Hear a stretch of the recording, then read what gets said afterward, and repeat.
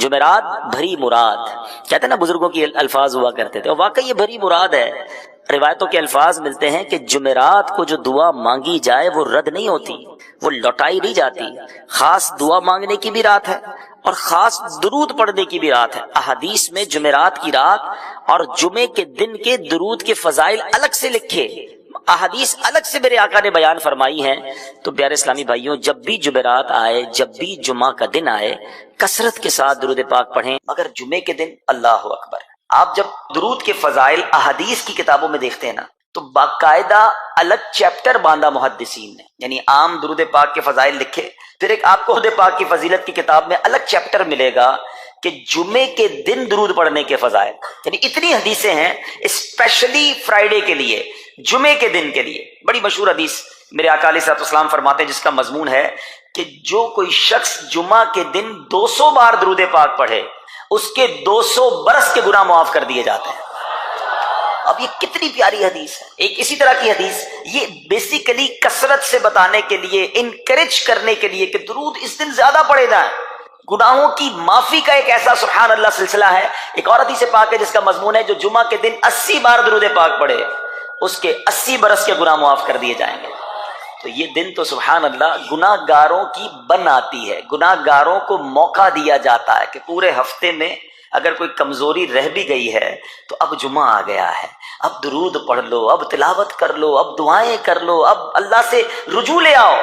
یہ جمعے کا دن سبحان اللہ، مفتی احمد یار خان نعیمی رحمت اللہ تعالی علیہ فرماتے ہیں جمعہ کے دن کوئی نیکی کی جائے، اللہ کی بارگاہ میں جمعے کا شرف اور مقام اتنا اعلیٰ ہے کہ جمعہ کی ایک نیکی 70 گنا اس کا ثواب عطا کیا جاتا ہے، ملٹی پلائی بائی 70۔ سوچئے، اب سمجھدار لوگ بیٹھے ہیں، کاروباری لوگ بھی بیٹھے ہوں گے۔ ہمارے یہاں نارملی سپر اسٹور پہ یا کسی جگہ پر مارکیٹس وغیرہ میں اسکیم لگتی ہیں، 25% discount, 50% discount, buy one get one free, ایک خریدو دوسرا فری۔ لوگ گرمیوں کی چیزیں سردیوں میں خرید لیتے ہیں، ارے بھائی ابھی تو گرمیاں، ابھی سے جیکٹ خرید دی ہے یار، سستا مل رہا تھا، ایک فری مل رہا تھا، سردیوں میں کام تو آئے گا نا، چلو لے لو بھائی۔ سردیوں میں گرمیوں کی چیزیں خرید رہے ہوتے ہیں، کیوں؟ سستا۔ ہم دنیا کے نفع کے لیے، دنیا کے بینیفٹ کے لیے ٹریول بھی کرتے ہیں، جا کر خرچ بھی کرتے ہیں۔ مجھے اچھی طرح یاد ہے، افریقہ کے غالباً ایک ملک میں تھا، تو بارڈرز ملے ہوئے ہوتے ہیں، ہم بارڈر ہم نے کراس کیا، ایک ملک کا جیسی بارڈر کراس کیا، بارڈر کراس کرتے ہی ایک بہت بڑا، ویرانہ تھا لیکن بہت بڑا شاپنگ مال بنا ہوا اور گاڑیوں کی قطاریں۔ تو میں نے اسلامی بھائی سے پوچھا، یار اس ویرانے میں اتنا بڑا شاپنگ مال اور اتنی گاڑیاں؟ تو انہوں نے وجہ کیا بتائی، کہتے ہیں جس ملک کے بارڈر کے ساتھ یہ سٹور ہے نا، اس ملک میں ٹیکس ہے، یہ ملک ٹیکس فری ہے۔ اچھا، اس ملک نے اپنے بزنس کو چلانے کے لیے اپنے ملک کے اندر مال بنے ہوں گے، ایک اسپیشل مال یہاں بنا دیا تاکہ اس ملک والے سفر کر کے آئیں اور پورے مہینے کا سامان اس سٹور سے لے کے واپس چلے جائیں، صرف ٹیکس بچانے کے لیے ایک ایک مہینے کا سامان۔ اچھا، گاڑیوں کی لائنیں۔ اب بتاؤ یار، ہم دنیا کمانے کے لیے، سفر کرنے کے لیے تیار ہیں، نفع کمانے کے لیے وقت دینے کے لیے تیار ہیں۔ ہر جمعے اسکیم اناؤنس ہے، ایک نیکی کرو 70 گنا ثواب کماؤ گے۔ بتاؤ کیا ذہن ہونا چاہیے کہ یار بس جمعے کا دن تو قرآن پڑھوں گا، درود پڑھوں گا، صدقہ کروں گا۔ سبحان اللہ، ڈھونڈ ڈھونڈ کے ہمارے صحابہ علیہم رضوان ڈھونڈ ڈھونڈ کے نیک اعمال کرتے تھے کہ یہ بھی عمل کر لوں، یہ بھی کر لوں، اور جمعے کے دن اسپیشلی۔ تو اللہ کرے ذہن میں یہ بات بیٹھ جائے کہ میں نے جمعے کو زیادہ نیکیاں کرنی۔ اچھا، اب اس پہ میں ایک اور مشورہ دیتا ہوں۔ مثال کے طور پہ آپ نے ذہن بنایا ہوا ہے کہ یار پیر والے دن جو ہے نا، میں نے کسی مریض کی عادت رشتہ دار ہے وہاں جانا ہے، یا میں نے جناب سیٹرڈے یا سنڈے کوئی صدقہ خیرات کرنا ہے، کسی کی ہیلپ کرنی ہے۔ آپ نے کوئی نیکی پلان کی ہوئی ہے ہفتہ اتوار پیر منگل میں، تو کوشش کر کے اس کو جلدی کریں اور فرائیڈے میں کر لیں۔ ایک پوائنٹ آپ نے دیکھا، میں نے یہ نہیں کہا کہ اس کو اگلے جمعے کریں، ہاں ڈیلے نہ کریں، تھوڑا جلدی کر کے اس جمعے کو کریں تاکہ 70 گنا جو ہے وہ اس میں ثواب کما لوں، برکتیں حاصل کر لوں۔ تو اللہ کرے کہ میں اور آپ نیکیوں کے حریص بن جائیں۔ نیکیوں کی جو لالچ ہے نا، لالچ میں یہ بھی کر لوں، میں یہ بھی کر لوں، میں سجدہ بھی کروں، میں تلاوت بھی کروں، میں صدقہ بھی دوں، یہ تو نصیب والوں کو ملتا ہے۔ اور صحابہ کرام میں ہمیں نظر آتا تھا، پیچھے نہیں ہٹتے تھے صحابہ، ہمیں اعلان کیا جا رہا ہے کہ یہ موقع ہے، یہ نیکی ہے، اور پھر بھی کوئی نظر نہیں آتا۔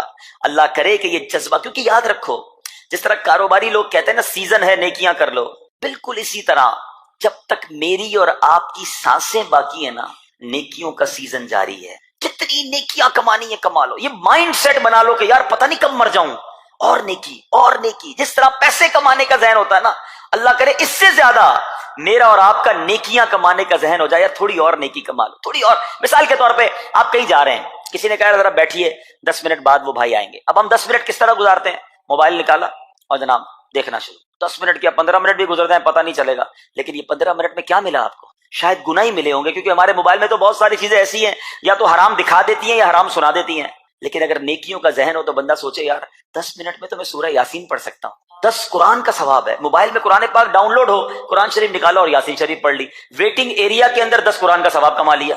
اگر یہ مائنڈ سیٹ ہو، بندہ کہ یار اتنی دیر میں تو 100 بار درود پاک پڑھ لوں گا. اور آقا علیہ الصلوۃ والسلام فرماتے ہیں جو 100 بار درود پاک پڑھے اس کی دونوں آنکھوں کے درمیان لکھ دیا جاتا ہے کہ یہ بندہ دوزخ کی آگ اور نفاق سے بری ہے. 5 منٹ 10 منٹ میں اتنی نیکیاں کما سکتا ہوں. لیکن مائنڈ سیٹ ہی نہیں ہے، گھنٹوں ضائع کر دیں گے، نیکی کمانے کا ذہن نہیں بنتا. اگر یہی 10-15 منٹ میں مجھے پیسے ملنے ہوتے تو بتاؤ ہم کیا کرتے؟ اللہ کرے دل میں اتر جائے میری بات. تو بہرحال جمعہ کا دن یہ بہت کمال کا دن ہے. ہر جمعے کے دن آپ کو اونٹ صدقہ کرنے کا ثواب مل سکتا ہے. ایک اونٹ کتنے کا آتا ہے؟ 1.5-2 لاکھ روپے کا تو ہوتا ہے. 2 لاکھ روپے ہر جمعے کو صدقہ کرو. مہینے کے ہو گئے 8 لاکھ روپے. بندہ بولے غریب آدمی 8 لاکھ ہر مہینے؟ جی جناب، ہر مہینے 8 لاکھ کم و بیش آپ صدقہ کرنے کا ثواب کما سکتے ہیں. کیسے؟ کتنا آسان. نبی پاک علیہ الصلوۃ والسلام فرماتے ہیں جس کا مضمون ہے جو جمعے کے دن سب سے پہلے آتا ہے اسے اونٹ صدقہ کرنے کا ثواب ملتا ہے، جو اس کے بعد آتا ہے اسے گائے صدقہ کرنے کا ثواب ملتا ہے. اللہ کی رحمت سے ہر جمعے فرشتے مسجد کے دروازے پر کھڑے ہوتے ہیں. ہم اللہ سے دعا کرتے ہیں اللہ تیری نوری مخلوق کے صدقے ہم پر رحم فرما، ہماری مغفرت فرما. مگر جب امام خطبے کے لیے کھڑا ہو جاتا ہے، آقا علیہ الصلوۃ والسلام فرماتے ہیں وہ رجسٹر بند کرتے ہیں اور وہ بھی آ کر امام کا خطبہ سننے کے لیے بیٹھ جاتے ہیں. تو جلدی آ کر کچھ منٹ پہلے آ کر، اچھا علم دین الگ ملتا ہے، ظاہر ہے یہاں ہر جمعے بیان ہوتا ہے، وہ بیان سننے کو آپ کو الگ ملے گا، نیکی کی دعوت الگ ملے گی، اور سبحان اللہ اونٹ صدقہ کرنے کا ثواب. تو مبارک ہو انہیں جو جلدی آتے ہیں. تو بہرحال اب میں چاہتا ہوں کہ جب بات جمعے پر ہی ہو رہی ہے تو ایک میں نے اور آپ کو پیغام دینا تھا. جمعے کو خطبہ دیا جاتا ہے، سالوں سے خطبہ سن رہے ہیں. مجھے اچھی طرح یاد ہے جب میری عمر شاید 17-18 سال تھی تو سن کر آدھا خطبہ تو مجھے اسی وقت یاد ہو گیا تھا. اب شاید پونا یاد ہو گیا ہوگا. آپ میں سے بھی کئیوں کو 60-70-80% خطبہ یاد ہوگا کیونکہ ہر جمعے سنتے ہیں. مگر کس کو یہ تجسس ہوا کہ یہ ہر جمعے امام صاحب پڑھتے ہیں، اس میں پیغام کیا ہے، اس کا ترجمہ کیا ہے، اس میں ہمیں کیا جاتا ہے؟ بس سر جھکاتے ہیں، ہاتھ باندھتے سنتے رہتے ہیں، کچھ سو بھی جاتے ہوں گے. ارے اللہ کے بندو سوچو تو صحیح کہ ہر جمعے کو سنتا ہوں، آدھا پونا یاد بھی ہو گیا، پیغام کیا ہے؟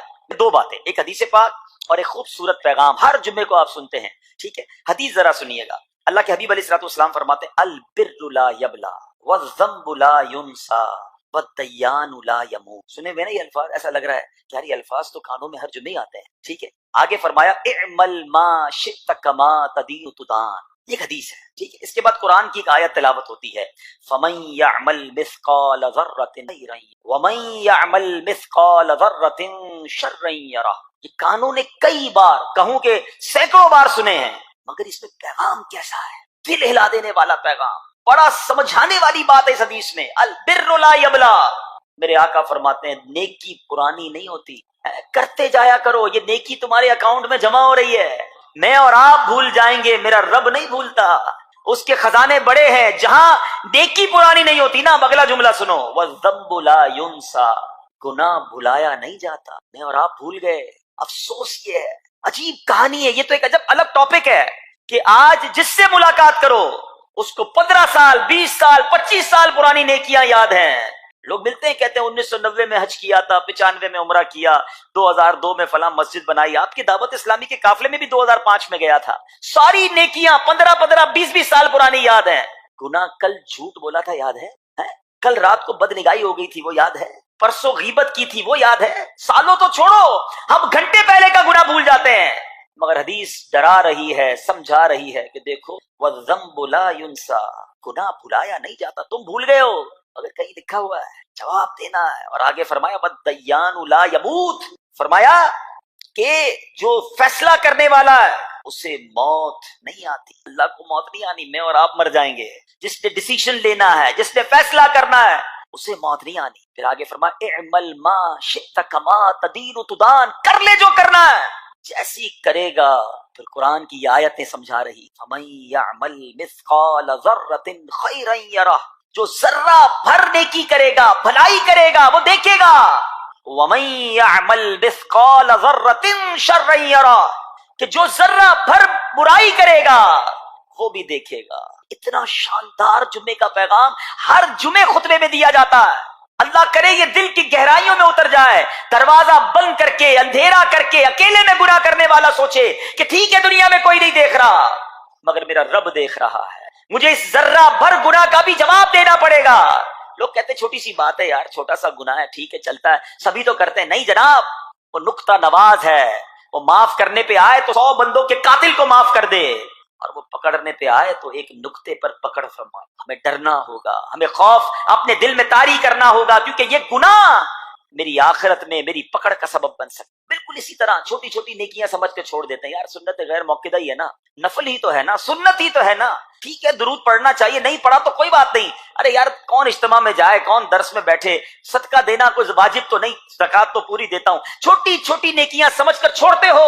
ارے وہ تو کتے کو پانی پلانے والے کو اس سبب سے بخش دیا کرتا ہے, راستے سے پتھر ہٹانے والے کو بخش دیا کرتا ہے. فرمایا نا البر لا یبلا, نیکی پرانی نہیں ہوگی, کرتے جایا کرو. اللہ کرے کہ یہ ذہن بن جائے کہ بس میں زیادہ سے زیادہ نیکی کروں, تو لوگوں کے دلوں میں خوشی داخل کروں, مسلمانوں کی خیر خواہی کروں. اس ایک ہی حدیث پر, ان آیتوں پر میں مزید بھی بہت بات کر سکتا ہوں, لیکن میں نے اشارہ دیا کہ ضرور اس پر توجہ. اور ایک شاندار پیغام ہر جمعے میں ہم سنیں. کیا شاندار وہ پیغام ہے, وہ پیغام ہے الا لا ایمان لمن لا محبت. یاد ہے سب کو, جمعے میں سنتے ہو نا, اور 3 بار کہتے ہیں امام صاحب, الا لا ایمان لمن لا محبت لا, الا لا ایمان لمن لا محبت لا. کبھی تو امام صاحب کو روکتے, حضور یہ ہر جمعے کو پڑھتے بتائیں تو اس میں ہے کیا, ہمیں کیا ضرورت, جمعہ ہو گیا بس, ٹائم پورا ہو گیا, فرض پورا ہو گیا. ارے اللہ کے بندو سمجھو تو صحیح اس میں میسج کیا ہے. اللہ اکبر, سنو اس کا مطلب کیا ہے, سنو, الا لا ایمان لمن لا محبت لا, سن لو اس کا ایمان نہیں جس کے دل میں نبی پاک سے محبت نہیں. ایمان ہی نہیں ہے. ارے جس دل میں نبی پاک سے محبت نہیں اس کا ایمان ہی نہیں ہے. اعلیٰ حضرت امام اہل سنت ایسے ہی نہیں لکھتے کہ اللہ کی سرتابہ قدم شان ہے یہ, انسان نہیں انسان, وہ انسان ہے یہ. قرآن تو ایمان بتاتا ہے انہیں, اور ایمان یہ کہتا ہے میری جان ہے یہ. ایمان کمپلیٹ ہی نہیں ہوتا نبی پاک علیہ الصلوۃ والسلام سے محبت کے بغیر. اور یہ بات ایسا لگتا ہے انفارچونیٹلی کہ غیر مسلم جانتے ہیں, تبھی تو وہ سازشیں کرتے ہیں. انہیں پتا ہے, آپ بتائیں دنیا کے کس ملک پہ نماز روکی جاتی ہے؟ نہیں روکی جاتی. مسجدوں کی تعمیر ہو رہی ہوتی ہے, تلاوت قرآن ہو رہی ہوتی ہے, کوئی نہیں روکتا, قرآن چھپ رہے ہیں. لیکن بار بار اگر حملہ ہوتا ہے, بار بار اگر اٹیک ہوتا ہے, تو اس لیے ہوتا ہے کہ ان مسلمانوں کے دلوں سے ان کے نبی کی محبت کو نکال. ان مسلمانوں کے دلوں میں اگر یہ محبت رسول رہ گئی تو یہ پھر بھی دوبارہ آ کر یکجا ہو جائیں گے, ایک ہو جائیں گے, نیک ہو جائیں گے. کسی طرح دل سے محبت رسول صلی اللہ تعالی علیہ وسلم نکالی جائے, اور اسی وجہ سے یہ ساری سازشیں کی جاتی ہیں. معاذ اللہ, نبی پاک علیہ الصلوۃ والسلام کی گستاخیاں کی جاتی ہیں تاکہ چیک کیا جائے ان پر اثر بھی پڑتا ہے کہ نہیں, کوئی اوپر نیچے ہوتا بھی ہے کہ نہیں, کہ اپنی دنیا میں مگن ہے, اس کو احساس ہی نہیں ہے.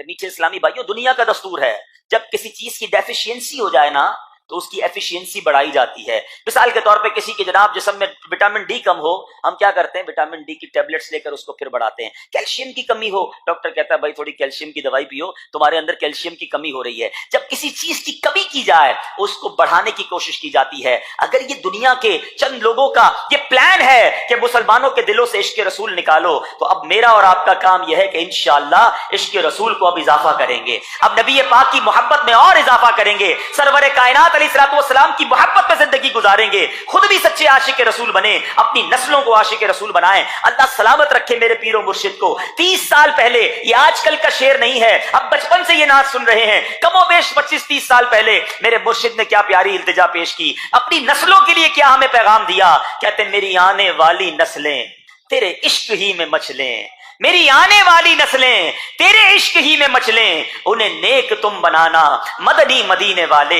یہ ہے پیغام دعوت اسلامی کا کہ ہم بھی عاشق رسول بنیں, کسی صورت ہمارے دل سے عشق رسول کم نہ ہو, اور جناب ہماری نسلوں میں ہم عشق رسول اتاریں. تو مجھے اور آپ کو اس ڈیفیشینسی کو ایفیشینسی میں, اس میں اضافے کا اہتمام کرنا ہوگا. اب آئیے دیکھتے طریقے کیا ہیں, کیسے عشق رسول بڑھے گا, کیسے دلوں میں محبت رسول بڑھے گی. کیونکہ جمعے کا یہ اعلان ہر جمعے سنتے ہو, الا لا ایمان لمن لا محبت لا, وہ ایمان ہی کامل نہیں ہے, وہ ایمان ہی کمپلیٹ نہیں ہے جس دل میں عشق رسول نہیں ہے. تو عشق رسول بڑھے گا کیسے جناب؟ تو دنیا کا بڑا سمپل فارمولا ہے کہ عشق بغیر اطاعت کے کمپلیٹ ہی نہیں ہوتا. دنیا میں بھی آپ جس سے محبت کریں ہو ہی نہیں سکتا کہ آپ جس سے محبت کریں اس کی بات نہ مانیں. ایسا ہو سکتا ہے کہ میں آپ سے محبت بڑی کرتا ہوں مانوں گا ایک بھی نہیں آپ کی؟ نہیں جناب. جس سے محبت ہوتی ہے بندہ کہتا ہے آپ کے لیے جان حاضر. آپ حکم تو کریں, آپ کا فرمان سر آنکھوں پر, یہ دنیا کا دستور ہے.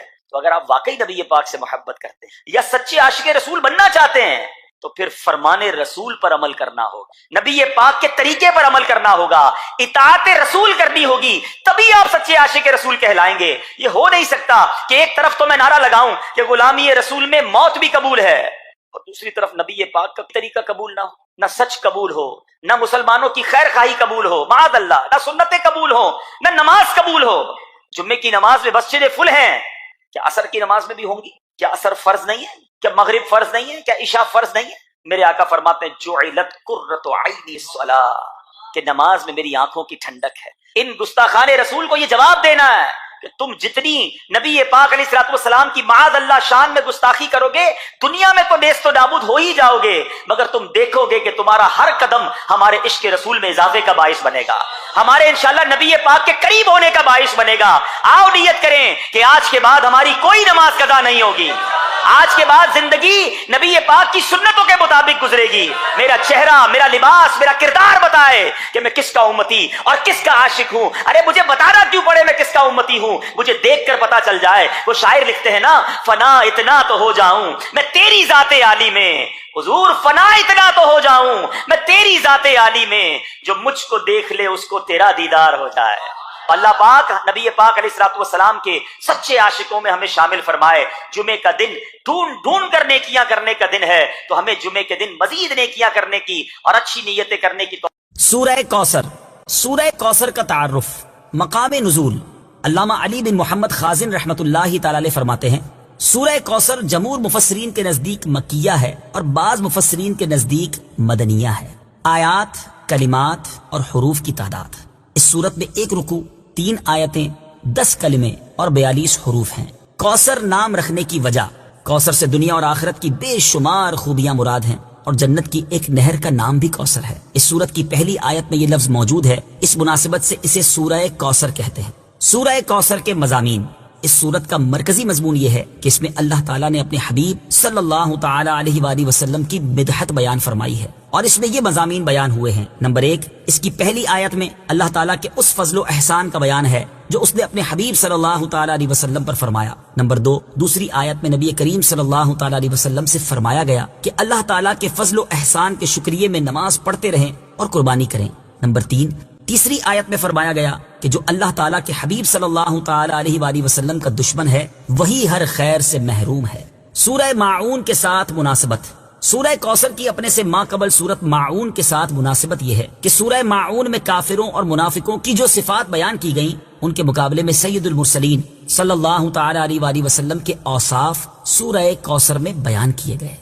بسم اللہ الرحمن الرحیم. ترجمہ, اللہ کے نام سے شروع جو نہایت مہربان رحمت والا ہے. اِنَّا أَعْطَيْنَاكَ الْكَوْثَرَ فَصَلِّ لِرَبِّكَ وَانْحَرْ إِنَّ شَانِئَكَ هُوَ الْأَبْتَرُ. ترجمہ, اے محبوب بے شک ہم نے تمہیں بے شمار خوبیاں عطا فرمائیں تو تم اپنے رب کے لیے نماز پڑھو اور قربانی کرو, بے شک تمہارا دشمن ہی ہر بھلائی سے محروم ہے. اِنَّا أَعْطَيْنَاكَ الْكَوْثَرَ.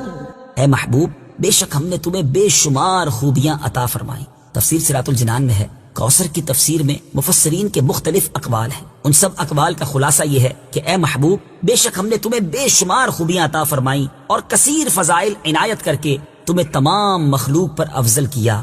آپ کو حسن ظاہر بھی دیا, حسن باطن بھی عطا کیا, نسب عالی بھی, نبوت بھی, کتاب بھی, حکمت بھی, علم بھی, شفاعت بھی, حوض کوثر بھی, مقام محمود بھی, امت کی کثرت بھی, دین کے دشمنوں پر غلبہ بھی, فتوحات کی کثرت بھی اور بے شمار نعمتیں اور فضیلتیں عطا کی جن کی انتہا نہیں. آیت اِنَّا أَعْطَيْنَاكَ الْكَوْثَرَ سے حاصل ہونے والی معلومات. اس سے 5 باتیں معلوم ہوئی. نمبر 1, اللہ تعالیٰ نے اپنے حبیب صلی اللہ تعالی علیہ وآلہ وسلم کو کوثر عطا کر دی ہے.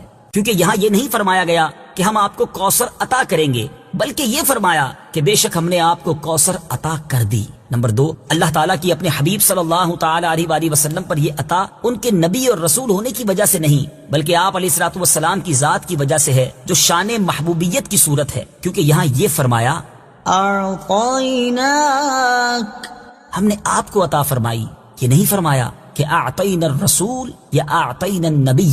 نمبر 3، تاجدار رسالت صلی اللہ تعالی علیہ وآلہ وسلم پر یہ عطا کسی عبادت اور ریاضت کی وجہ سے نہیں ہے، بلکہ ان پر یہ عطا اللہ تعالیٰ کے عظیم فضل اور احسان کی وجہ سے ہے، کیونکہ یہاں عطا کا ذکر پہلے ہوا اور عبادت کا ذکر بعد میں ہوا۔ نمبر 4، اللہ تعالیٰ نے آپ کو کوثر کا مالک بنا دیا ہے، تو آپ جسے چاہیں جو چاہیں عطا کر سکتے ہیں۔ نمبر 5، سید المرسلین صلی اللہ تعالی علیہ وآلہ وسلم کی مدحت خود رب تعالیٰ فرماتا ہے۔ اعلیٰ حضرت امام احمد رضا خان علیہ الرحمت الرحمان فرماتے ہیں، انا اعطیناک الکوثر، ساری کثرت پاتے یہ ہیں، ٹھنڈا ٹھنڈا میٹھا میٹھا پیتے ہم ہیں، پلاتے یہ ہیں۔ اور ایک اور جگہ فرماتے ہیں نا، اے رضا خود صاحب قرآن ہے مداح حضور، تجھ سے کب ممکن ہے پھر مدحت رسول اللہ کی۔ فصل لربك وانحر، تو تم اپنے رب کے لیے نماز پڑھو اور قربانی کرو۔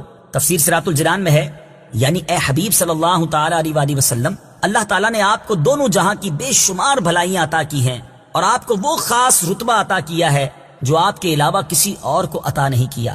تو آپ اپنے اس رب عز و جل کے لیے نماز پڑھتے رہیں جس نے آپ صلی اللہ تعالی علیہ وآلہ وسلم کو کوثر عطا کر کے عزت و شرافت دی، تاکہ بتوں کے پجاری ذلیل ہوں اور بتوں کے نام پر ذبح کرنے والوں کی مخالفت کرتے ہوئے اپنے رب عز و جل کے لیے اور اس کے نام پر قربانی کریں۔ اس آیت کی تفسیر میں ایک قول یہ بھی ہے کہ نماز سے نماز عید مراد ہے۔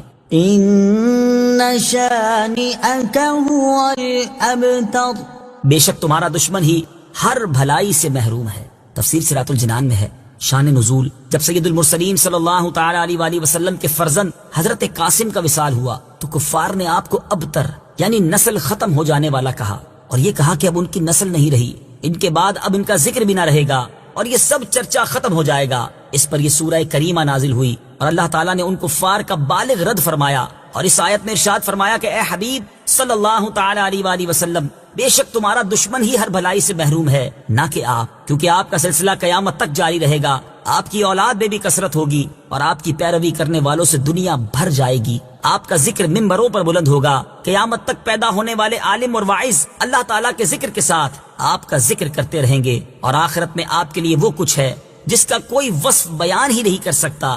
تو جس کی یہ شان ہے وہ اب تک کہاں ہوا، بے نام و نشان اور ہر بھلائی سے محروم تو آپ کے دشمن ہیں۔ اعلیٰ حضرت امام احمد رضا خان رحمت اللہ تعالی علیہ اس صورت کی تفسیر بیان کرتے ہوئے فرماتے ہیں، عاص بن وائل شقی نے جو صاحبزادہ سید المرسلین صلی اللہ تعالی علیہ وآلہ وسلم کے انتقال پرملال پر حضور کو ابتر یعنی نسل بریدہ کہا، حق تعالی نے فرمایا إنا أعطيناك الكوثر، بے شک ہم نے تمہیں خیر کثیر عطا فرمائی کہ اولاد سے نام چلنے کو تمہاری رفت ذکر سے کیا نسبت، کروڑوں صاحب اولاد گزرے جن کا نام تک کوئی نہیں جانتا، اور تمہاری ثنا کا ڈنکا تو قیامت تک اکناف عالم اور اطراف جہاں میں بجے گا، اور تمہارے نام نامی کا خطبہ ہمیشہ ہمیشہ اطباق فلک آفاق زمین میں پڑھا جائے گا۔ پھر اولاد بھی تمہیں وہ نفیس و طیب عطا ہوگی جن کی بقا سے بقائے عالم مربوط رہے گی۔ اس کے سوا تمام مسلمان تمہارے بال بچے ہیں، اور تم سب مہربان ان کے لیے کوئی نہیں، بلکہ حقیقت کار کو نظر کیجئے